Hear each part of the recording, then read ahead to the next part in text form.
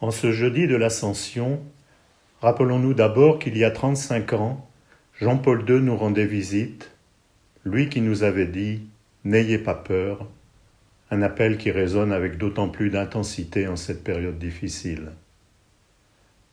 La commémoration de cet événement sera suivie de la célébration de l'Ascension par l'abbé Mahoué. Bonjour et bonne fête de l'Ascension. Lundi dernier, le 18 mai, nous avons célébré le 100e anniversaire de la naissance du pape Jean-Paul II, Karol Wojtyła, le premier pape polonais.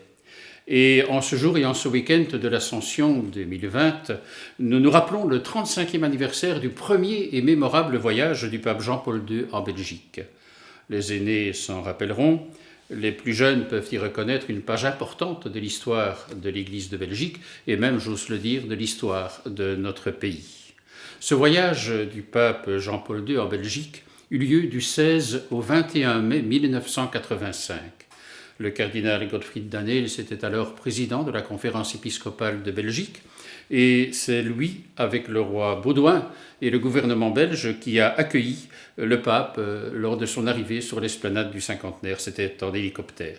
Et ce fut alors la longue et belle traversée de la rue de la Loi en papa mobile et l'arrivée sur la Grand Place qui était noire de monde pour accueillir le pape à la première étape de son séjour en Belgique. Un séjour qui a été marqué par une foule très nombreuse, beaucoup de monde qui était là et un soleil très généreux qui a brillé, qui était éclatant durant tout le séjour du voyage du pape en Belgique.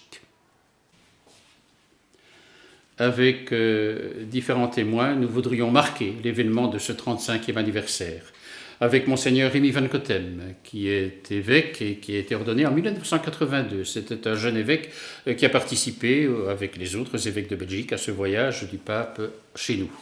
Avec aussi Jacques Van Ypersele, qui était chef de cabinet du roi Baudouin, avec Charles-Ferdinand d'Othonpe, qui lui était ministre de l'Intérieur et donc chargé aussi de l'organisation de ce voyage du pape, avec Christian Laporte, bien engagé dans les médias et déjà à cette époque-là, nous allons retrouver des moments importants de ce voyage du pape dans une séquence vidéo que nous avons intitulée « L'ascension de Saint Jean-Paul II en Belgique en 1985 ». Permettez-moi à cette occasion un souvenir personnel. J'étais à ce moment co-responsable de la paroisse de Louvain-la-Neuve et aussi, je dirais, engagé dans l'information religieuse avec ma première carte de presse de journaliste d'information religieuse. Et donc j'ai pu voir ce voyage de près et nous avons même reçu le pape Jean-Paul II à l'église de Saint-François d'Assise à Louvain-la-Neuve. Vous imaginez que cela reste un moment important, mémorable dans ma vie, dans mon cœur, dans ma foi. Ce souvenir, ce n'est pas seulement regarder vers le passé, mais c'est retrouver la saveur d'un événement qui dit ce qui était possible d'organiser et de vivre à ce moment dans l'Église de Belgique. Et même si les temps ont changé, cet événement devient aujourd'hui la racine de ce que peut être la façon de vivre l'Église et l'Évangile en notre pays. Autrement, mais avec la grâce de la foi et la force de l'Esprit Saint. À nous, aujourd'hui, d'inventer des façons de faire Église pour que le soleil qui a accompagné les 4 jours de ce voyage continue de briller, pour dire que la lumière et la chaleur de l'amour de Dieu ne s'éteignent jamais, malgré les nuages, malgré parfois les orages, mais de trouver à partir de là un souffle, le souffle créateur qui est celui de l'Esprit Saint. Durant ces 4 jours, le pape Jean-Paul II logeait, j'allais dire, chez nous, à Woluwe-Saint-Pierre et plus précisément à l'Annonciature, proche de l'église du Champ d'Oiseaux.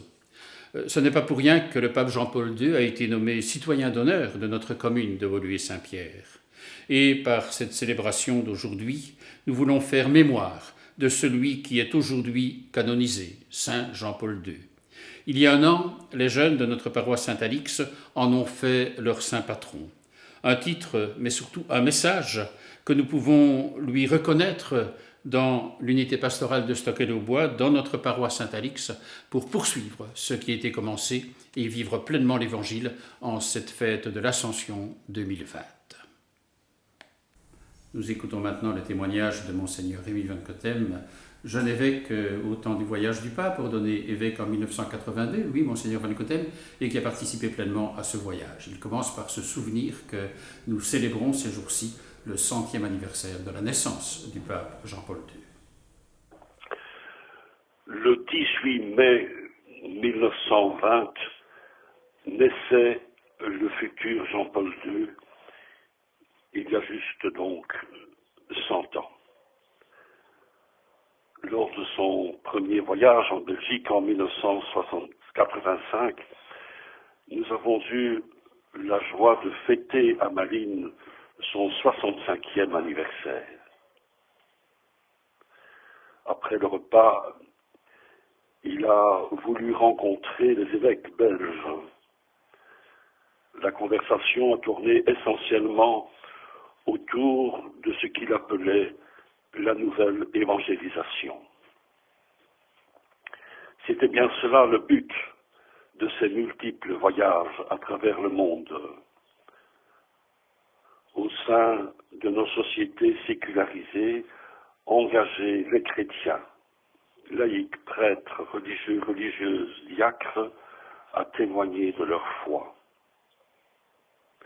Il est vrai que Jean-Paul II savait parler aux foules, le plus souvent dans leur langue, qu'il avait au préalable fait l'effort d'apprendre.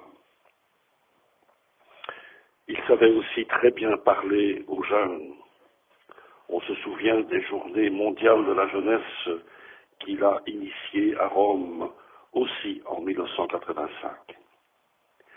J'ai eu l'occasion de participer à 10 voyages apostoliques du pape et 5 visites à Climina à Rome. Ce qui m'a le plus frappé, c'est la qualité de relation qu'il avait avec chacun. Et lorsqu'on participait à la messe du matin dans sa chapelle privée au Vatican, on découvrait un homme de prière, je dirais même un mystique. Il est vrai qu'il avait fait sa thèse de doctorat sur la foi, c'est Saint Jean de la Croix. Avant la messe, durant 1 heure, il était chaque jour en oraison. C'est sans doute là la source profonde qui alimentait sa foi et son engagement dans sa vie. Sans oublier la grande dévotion à Marie. Les voyages du pape comptaient toujours une visite à un lieu marial. C'est ainsi que Banneux et Beaurain ont eu la joie de l'accueillir. La balle qui a failli le tuer dans l'attentat en 1981 se trouve dans la couronne de la statue de Notre-Dame de Fatima à Fatima. À la fin de sa vie, malade et affaibli, il a été jusqu'au bout de son engagement, soutenu par la prière d'une foule de chrétiens. Lors de ses funérailles, on pouvait lire sur une grande banderole « Subito Sancto ».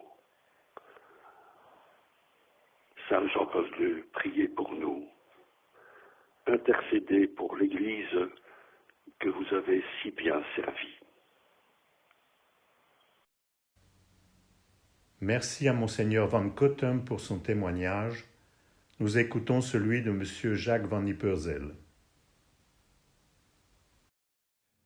Eh bien, c'était une visite dont je garde un souvenir très, très précis et très heureux, parce que il y avait beaucoup d'enthousiasme dans la population, et je crois que c'était à la fois, je dirais, l'enthousiasme vis-à-vis du pape, de ses convictions, mais en même temps vis-à-vis de sa personnalité hors du commun. Il venait d'un pays derrière le rideau de fer, et c'était une figure qui était très marquante à cette époque, puisqu'on était à peu près 5 ans avant, je dirais, le mur qui n'éclate. Donc ça, c'était une période, un aspect très, très marquant. J'ai été frappé aussi par la chaleur de l'accueil du roi Baudouin. Le roi Baudouin l'avait accueilli avec grande chaleur d'une part sur le au parc du Cinquantenaire, où il avait atterri en hélicoptère, et puis aussi l'accueil lors d'une grande réception au château de Laeken. Et donc on voyait que c'était deux personnalités qui avaient des points en commun et des affinités certaines.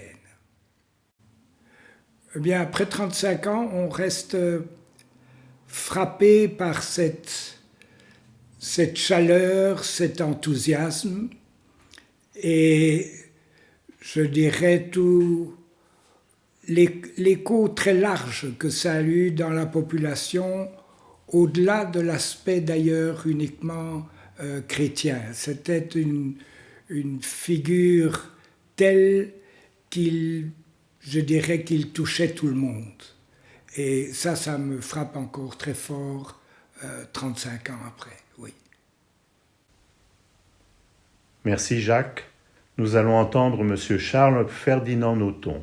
Lorsque l'abbé Marouet m'a demandé de participer à cette cérémonie de l'Ascension 2020 à Saint-Alix, je ne pouvais évidemment pas lui refuser, ni à lui-même, dont les prêches m'ont souvent inspiré, ni à la paroisse de Saint-Alix, qui me sert de paroisse de remplacement lorsque je suis loin de mon village et que je suis à Bruxelles et que je participe à vos beaux offices. Voilà, je dois parler de la visite de Jean-Paul II en 1985 en Belgique, à Bruxelles et en Belgique. Il faut d'abord, je pense, resituer le fait qu'on me demande à moi d'intervenir, c'est parce que à ce moment-là, je suis ministre de l'Intérieur, chargé donc du maintien de l'ordre public, du grand rassemblement et de la sécurité intérieure. Et on peut prévoir que la visite du pape va amener des grands rassemblements, ce qui fut d'ailleurs le cas. Mais avant d'entrer dans la visite elle-même, je pense qu'il faut resituer le pape Jean-Paul II en 1985. À cette époque, il y a 7 ans qu'il est pape, et nous sommes 5 ans après une grande querelle en Belgique quant à l'implantation des missiles, c'est-à-dire dans le cadre des relations Est-Ouest, le ton est à installer des missiles de croisière à l'Occident de la Russie et en Europe occidentale, ce qui ne plaît pas beaucoup à l'opinion belge, qui donne lieu à des manifestations. Et en 85, on est moins de 5 ans avant le grand dégel à l'Est, avec la chute du mur de Berlin en 89. Ce n'est pas indifférent par rapport au personnage du pape polonais, qui évidemment en 78 a été une grande surprise pour le monde entier et pour les relations Est-Ouest, puisqu'un pape venu de l'Est allait s'exprimer au nom de la chrétienté tout entière. Donc quand il vient en Belgique, il est à la fois le chef de l'Église, mais aussi un personnage mondial charismatique de la paix entre les peuples, de l'ouverture progressive et espérée des pays de l'Est, et donc en Belgique, qui est un lieu symbolique de l'OTAN, et qui a connu des débats quant à l'implantation des missiles, mais qui ardemment, depuis Pierre Armel, a fait l'ouverture des négociations avec l'Est, avec la Pologne, et puis après avec l'Union soviétique. Voilà le pape que nous accueillons. Alors, est-ce que sa visite est une visite d'État ou une visite apostolique ? elle est évidemment les deux. Le pape est le chef de l'État du Vatican, il est reçu par le gouvernement belge, mais il soulignera lors de son arrivée sur la Grande Place que sa visite est bien une visite apostolique. C'est présent dans le discours du roi Baudouin l'accueillant et dans le discours de réponse du pape Jean-Paul II répondant à l'accueil positif et déjà enthousiaste du peuple belge et du peuple bruxellois. Alors, qu'est-ce qui va se passer pendant cette cérémonie? Il va aller dans beaucoup d'endroits en Belgique. Il va réunir près d'1 million de personnes autour des manifestations qu'il préside. Et il y aura une manifestation plus que symbolique à Kuckelberg, sous un soleil radieux et dans un grand enthousiasme où plus de 100 000 chrétiens et autres se réunissent autour du pape. Je souligne chrétiens et autres parce que le personnage politique et médiatique du pape attire aussi des personnes qui ne sont pas nécessairement des chrétiens fervents ou pratiquants.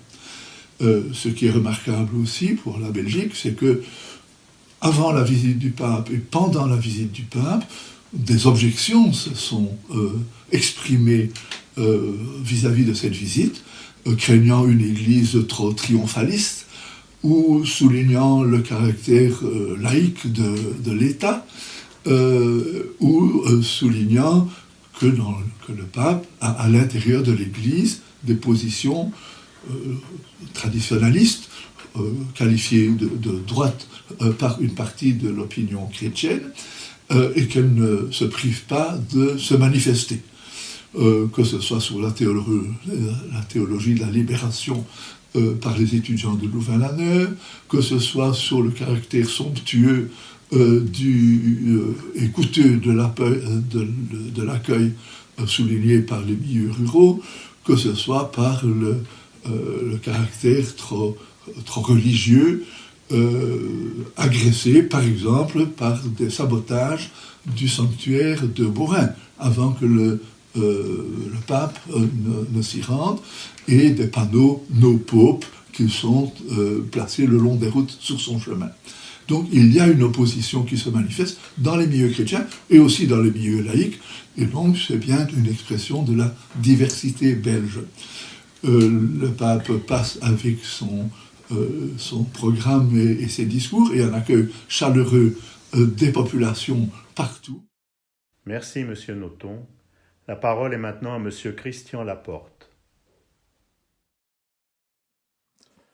Dans une carrière de journaliste et a fortiori d'informateur religieux, les visites papales ont évidemment occupé une place de choix, et d'autant plus lorsque ces visites se déroulent dans votre propre pays, donc en l'occurrence en Belgique, où nous avons eu la joie d'accueillir et de suivre surtout la visite du pape, à la fois en 1985, entre le 15 et le 21 mai, et également en juin 1995, là, cette fois-là, à l'occasion de la béatification du père Damien.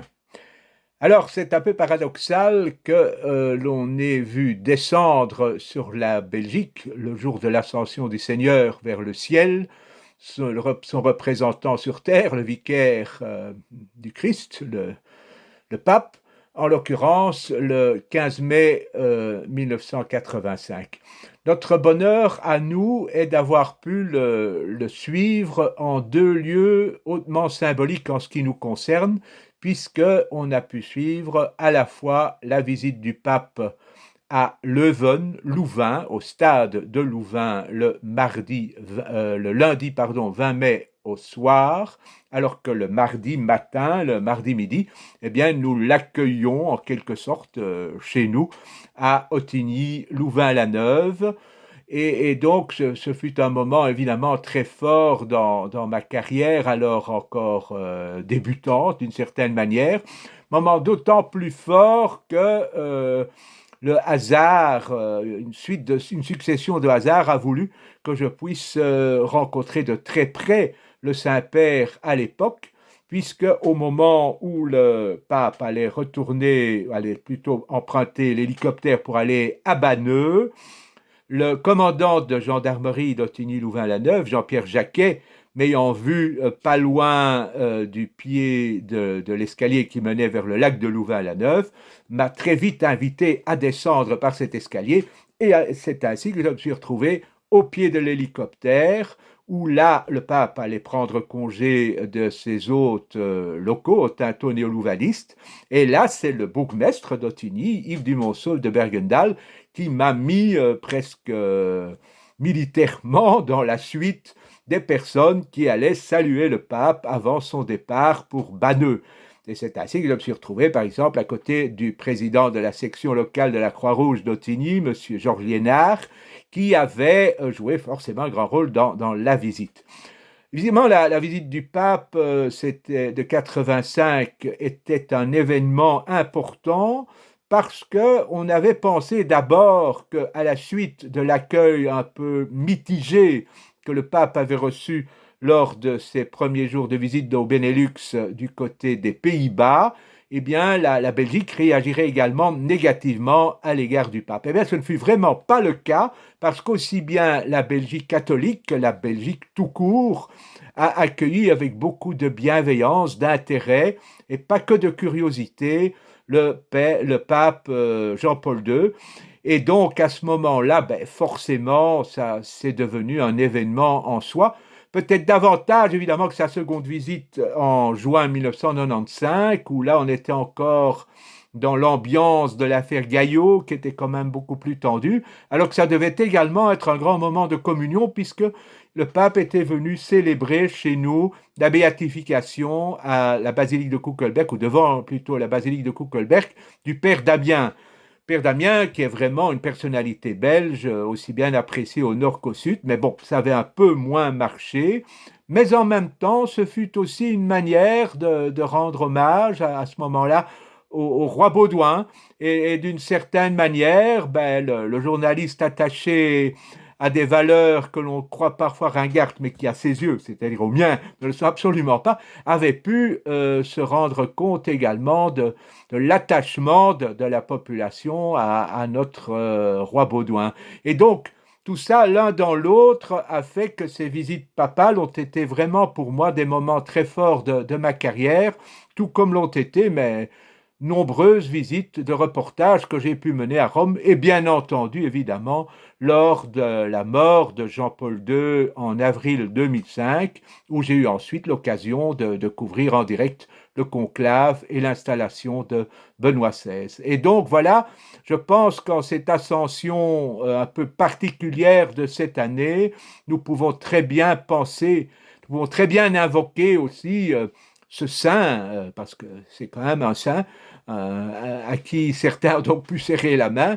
un saint d'autant plus important qu'il peut être l'intercesseur de pas mal de chrétiens en ces moments difficiles. Et c'est un peu ça que nous allons garder comme souvenir en ce jour de l'Ascension, en espérant bien entendu que dans les jours et les semaines à venir, le déconfinement sera également total pour l'Église et que les célébrations pourront reprendre d'une manière beaucoup plus normale, et cela dans le cadre évidemment de l'esprit de la Belgique, de la constitution belge qui assure la liberté religieuse et l'exercice des cultes, qui, il faut bien l'avouer, sont un peu malmenés de ces jours-ci. Mais enfin, comme il y a également toute une série d'heureuses initiatives par la voie des ondes et par d'autres voies très modernes, gardons patience et surtout vainquons le corona.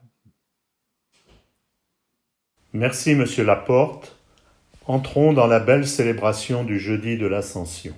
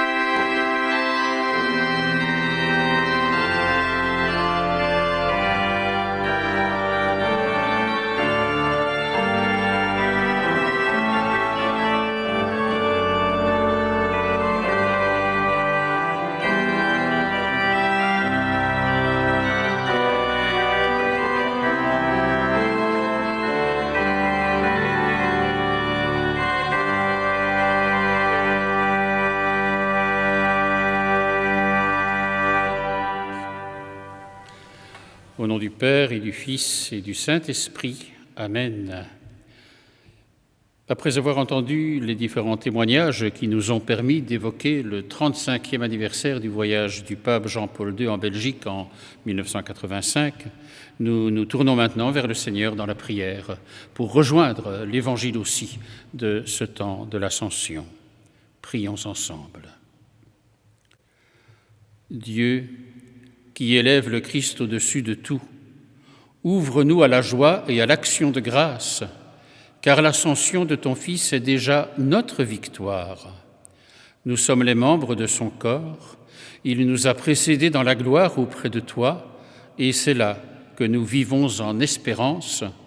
Nous te le demandons par Jésus-Christ ton Fils, notre Seigneur et notre Dieu, qui vit avec toi, Père et l'Esprit Saint, pour les siècles des siècles. Amen. Et nous allons maintenant entendre l'évangile du jour de l'Ascension. Allez, de toutes les nations, faites des disciples, dit le Seigneur, et moi je suis avec vous tous les jours jusqu'à la fin du monde. Le Seigneur est avec vous, et bonne nouvelle de l'évangile de Jésus-Christ selon saint Matthieu. Gloire à toi, Seigneur. En ce temps-là, les 11 disciples s'en allèrent en Galilée, à la montagne où Jésus leur avait ordonné de se rendre. Quand ils le virent, ils se prosternèrent, mais certains eurent des doutes. Jésus s'approcha d'eux et leur adressa ces paroles. « Tout pouvoir m'a été donné au ciel et sur la terre. Allez, de toutes les nations, faites des disciples, baptisez-les au nom du Père et du Fils et du Saint-Esprit, apprenez-leur à observer tout ce que je vous ai commandé, et moi, je suis avec vous tous les jours jusqu'à la fin des temps. » Acclamons cette parole de Dieu. Louange à toi, Seigneur Jésus. Frères et sœurs, nous voici en ce beau jour de l'Ascension. Et vous le savez, les fêtes de Pâques, de l'Ascension et de Pentecôte célèbrent le même mystère de l'amour du Seigneur ressuscité,